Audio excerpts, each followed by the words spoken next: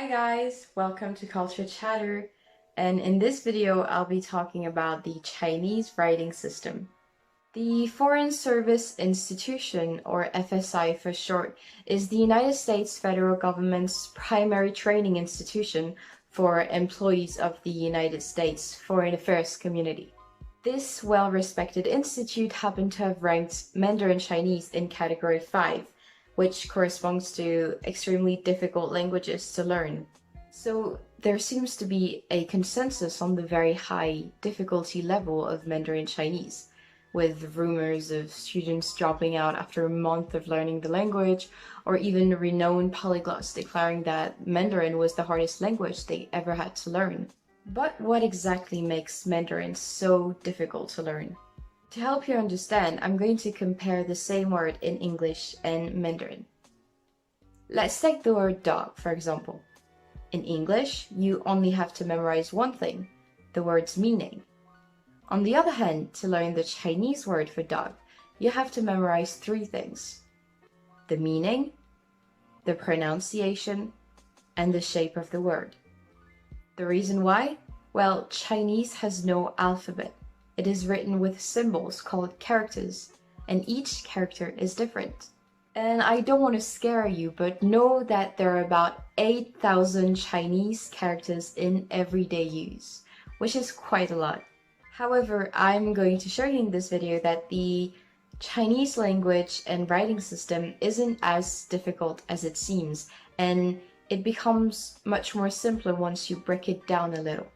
And I'll even teach you some tips and tricks to help you memorize some of those characters. So first of all, although there are tens of thousands of Chinese characters, most of them are made up of just a little over 200 basic common radicals.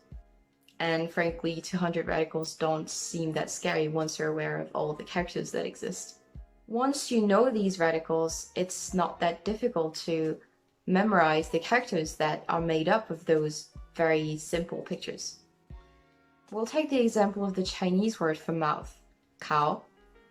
Well, this radical is seen in many different characters, like 吃, which means to eat, 叫, which means to call, and 喝, which means to drink. It's easy to realize that those three words have something in common. They're all related to the mouth somehow. So you see how recognizing a radical in a character can give you a hint as to what the meaning of this character is. So learning Chinese is actually not that difficult, right? Well, it gets even better. Roughly 600 characters in Chinese writing are pictograms, which means that they are stylized drawings of the object that they represent. Let's use a character that we've already seen to represent this. The character kao, which means mouth, represents a mouth that is wide open. It's pretty easy to memorize. The character shan, which means mountain, is also an obvious pictogram. Ren means person, and it looks like a person walking. The character for fire looks like a flame, but also a person on fire. The character for tree represents, well, you guessed it, a tree. So all of those characters are pretty easy to memorize if we see them for what they are, which is just a simple illustration of what they represent. But it gets even more interesting when trying to form new words with the characters we've already seen.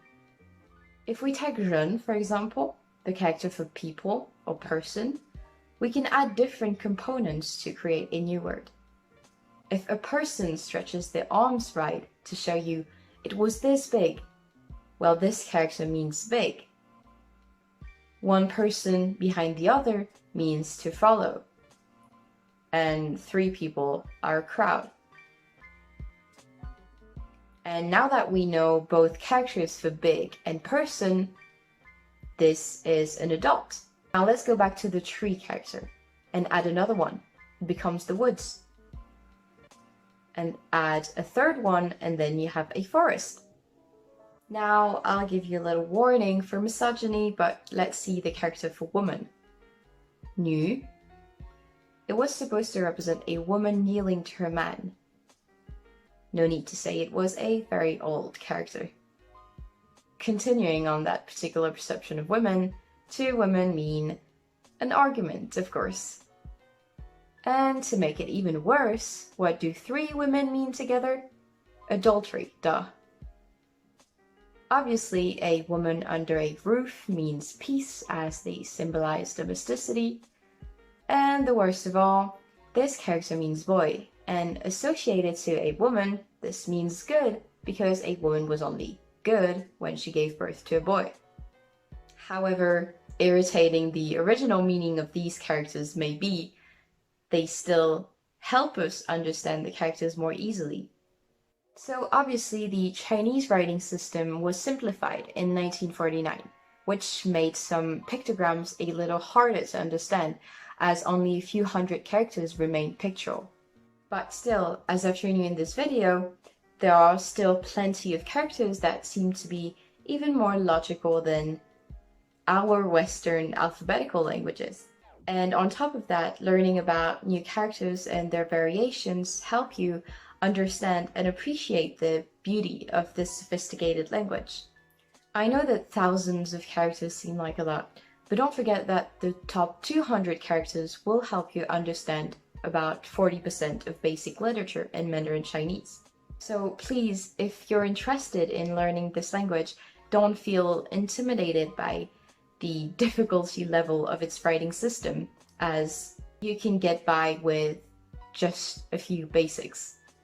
So that's it for this video. I really hope you enjoyed it and that you learned a few things and it got you interested in Mandarin Chinese. As for me, I'll see you again in another video.